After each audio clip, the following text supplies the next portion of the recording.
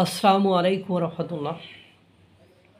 এই তো পিনাকি জামাত ইসলামের বর্তমান যুগের আবু তালেব পিনাকি ভট্টাচার্য শোয়েব বিন আবদুল্লাহ এবার জামাতকে খেয়ে দিল।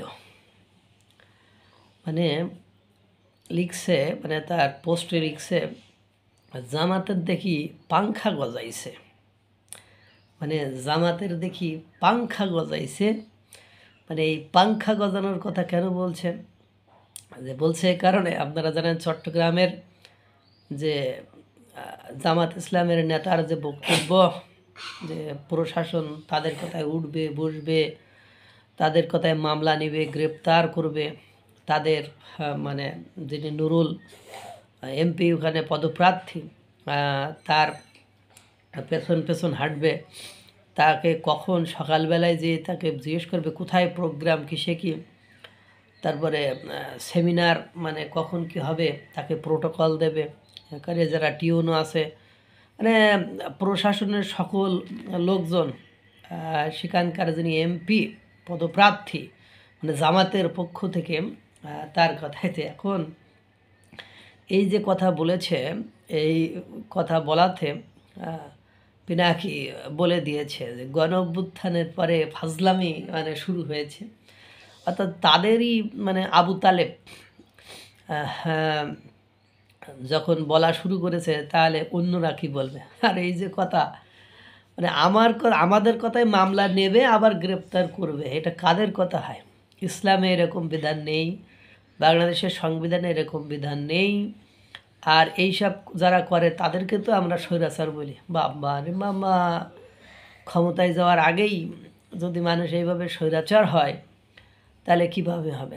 এই পিনাকি গণজাগরণ মঞ্চের এক অন্যতম নেতা, যদিও এখন ইনশাল্লাহ সুবহানাল্লাহ আলহামদুলিল্লাহ বলে, কিন্তু গণজাগরণ মঞ্চের যখন জামাতের রাজাকার নেতাদের ফাঁসির আন্দোলন হয়েছিল, তখন এই পিনাকি কিন্তু টিভিতে সাক্ষাৎকার দিয়েছে এবং তাদের ফাঁসি যাতে কার্যকর হয় সেজন্য জোরালো দাবি জানিয়েছে ছিল।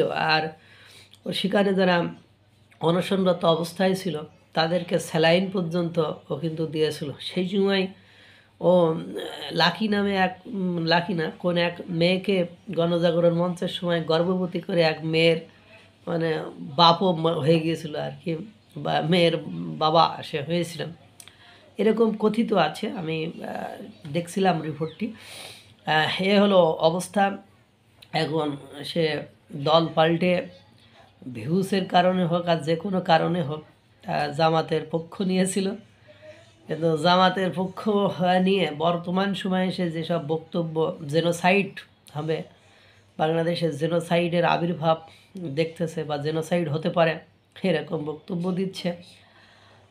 তারপরে আবার কেউ মুক্তিযোদ্ধা করার চেষ্টা করছে, আবার কেউ রাস্তা দখল করে নেওয়ার চেষ্টা করছে, আবার কেউ গণপিটুনি দিচ্ছে, আবার কেউ তৈরি জনতার নামে পিটাপিটি করছে।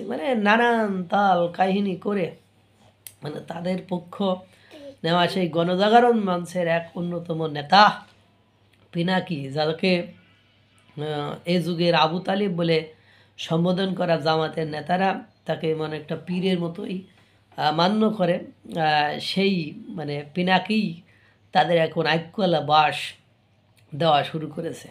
তাহলে আর বক্তব্য যা দিচ্ছে, আগুন ঝরা বক্তব্য, দেশের 12টা যাতে বেজে যায়, দেশে যাতে অস্থিতিশীল পরিবেশ তৈরি হয়।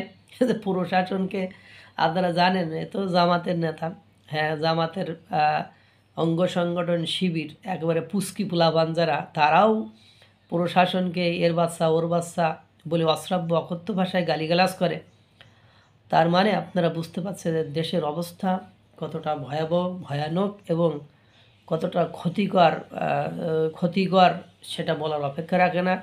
এই মুহূর্তে পিনাকি তাদের ছাপাই গিয়ে বক্তব্য দিলে যেতে সে গালির সাগরে ভেসে যাবে সেটা বুঝতে পেরেছে, এবং তারা যে কী করতে চাচ্ছে সেটাও হয়তো বা বুঝতে পেরেছে। এখন তাদের আবু তালিবই যদি জামাতের বাস দেয়, তাহলে বাকিরা কী দিবে আল্লাহই ভালো জানে। আল্লাহ তাআলা সকলকে ভালো রাখুক, সুস্থ রাখুক। আসসালামু আলাইকুম রহমতুল্লাহ।